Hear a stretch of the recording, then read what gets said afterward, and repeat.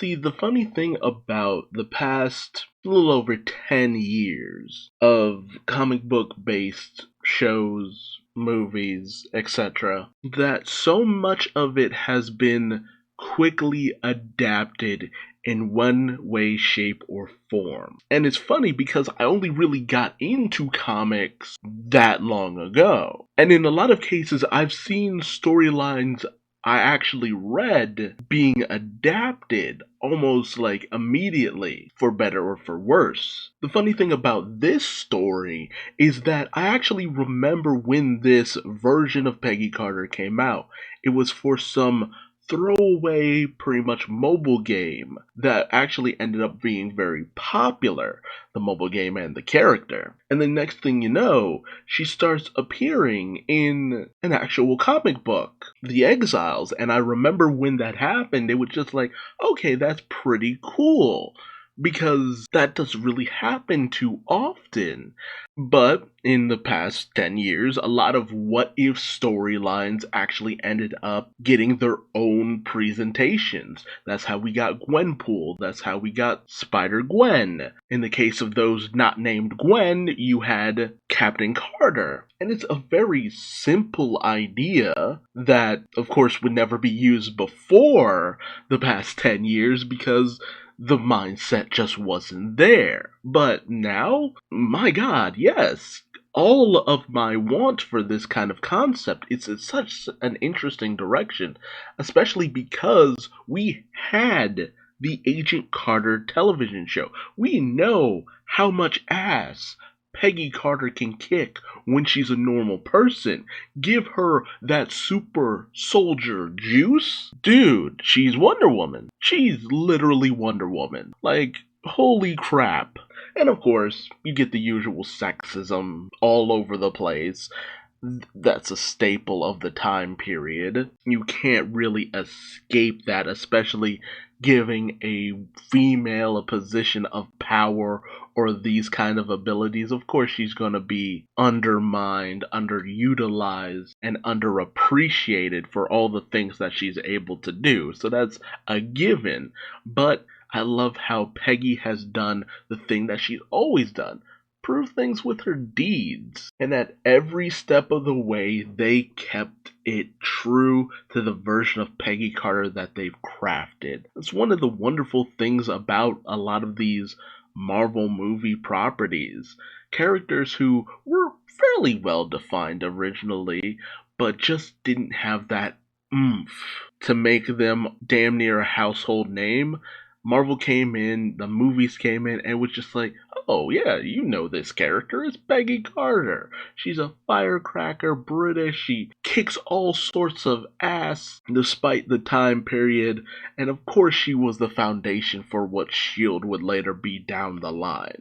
But here, my god, the action sequences they give her are so masterful, and the way they have her wield the shield is so fun because she doesn't ricochet it off of any surfaces other than Nazi head, because she uses it as a blunt force weapon, just smacking people in the face left, right, and center. I almost felt bad for some of these Nazis, but then it's just like, oh right, Nazis. Yes, smash some Nazis, Captain Carter. I am always down for some Nazi smashing. And of course, Howard Stark is damn near her best friend, aside from Steve, who gets shot in the gut trying to stop that assassin. It's just like the idea of it, what happens if that whole explosion goes off a little bit before time and it throws things off a little bit. Steve gets shot, he can't go through with the procedure. Peggy takes it just so that somebody who's close to the project can have it. It's a good idea, despite how her quote-unquote superior with things though. And it's funny to have it be that no matter what, the government wasn't going to have faith in this project, no, in any way, shape, or form without Erskine around, but especially without Colonel Phillips around. Like, he really pushed for Steve later down the line, and without him around, yeah, no, it just was not happening. But Steve ends up becoming basically the first Captain America when they recover the Tesseract, and Howard ends up building the quote-unquote Hydra Stomper. So instead of a buster, you have a stomper. I love that. I love it to pieces. And the idea of making Steve basically the first Iron Man because of his nature is just like, it's so cool. But, of course there's the whole, even without the suit, Rogers is still such a damn hero and all that good stuff. But eventually he ends up being captured. Hydra ends up taking the Tesseract. Peggy stages a raid on the Red Skull's facilities.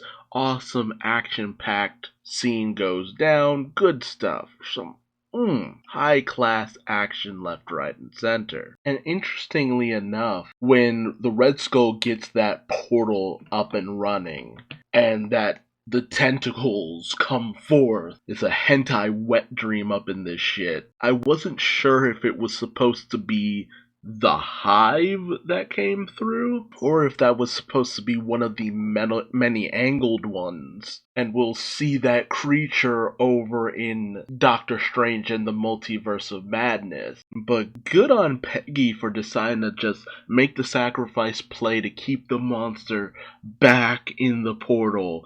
And what probably was like seconds to her going through was like, 70 years or so? And then she ends up in the present with Hawkeye and Nick Fury and all that, and it's just like, it's been years.